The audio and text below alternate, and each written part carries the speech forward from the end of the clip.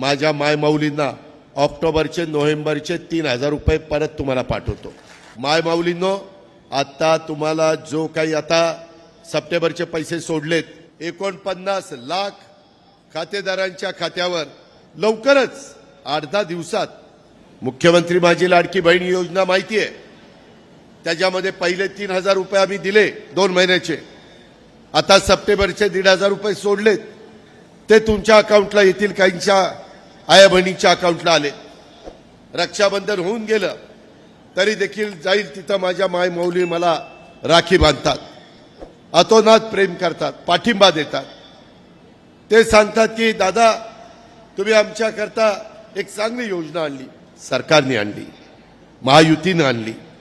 आणि धनंजयनी सांगितलं तसं विरोधक टीका करतात।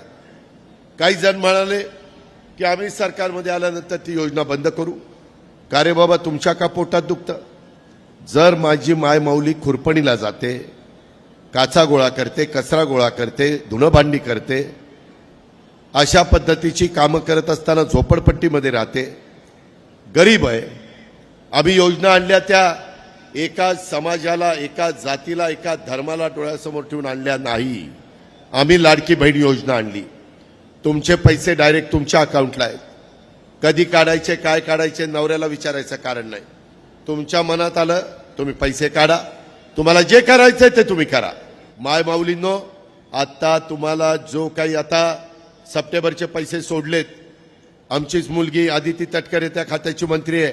आताच येताना विक्रमला विचारा, मी गाडी फोन लावला होता तिला आणि तिला सांगितलं की लवकर पैसे ते सगळे संपवा।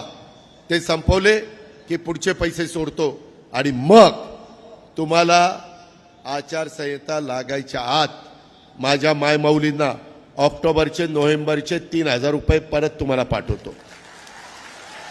जसं माझ्या रक्षाबंधनला आम्ही 3,000 रुपये दिले, महायुती सरकारने दिले, तसं भाऊबीज आहे, भाऊबीजेला पण माझ्या बहिणीला, माझ्या मायमाऊलीला मी खाली हाताने पाठवणार नाही, तिला ओवाळणी देणार म्हणजे देणार।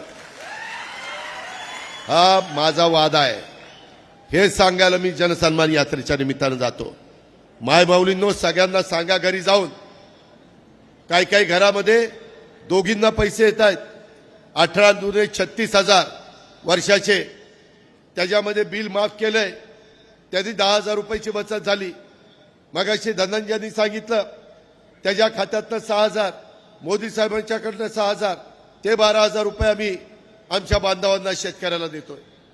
अशा पद्धतीनं वेगवेगळ्या प्रकारे 60,000 ते 70,000 रुपये हे एका कुटुंबामध्ये जात आहे। हे काम फक्त महायुतीचं सरकारच करू शकलंय। याची खुणगाठ मनाशी बाळगा।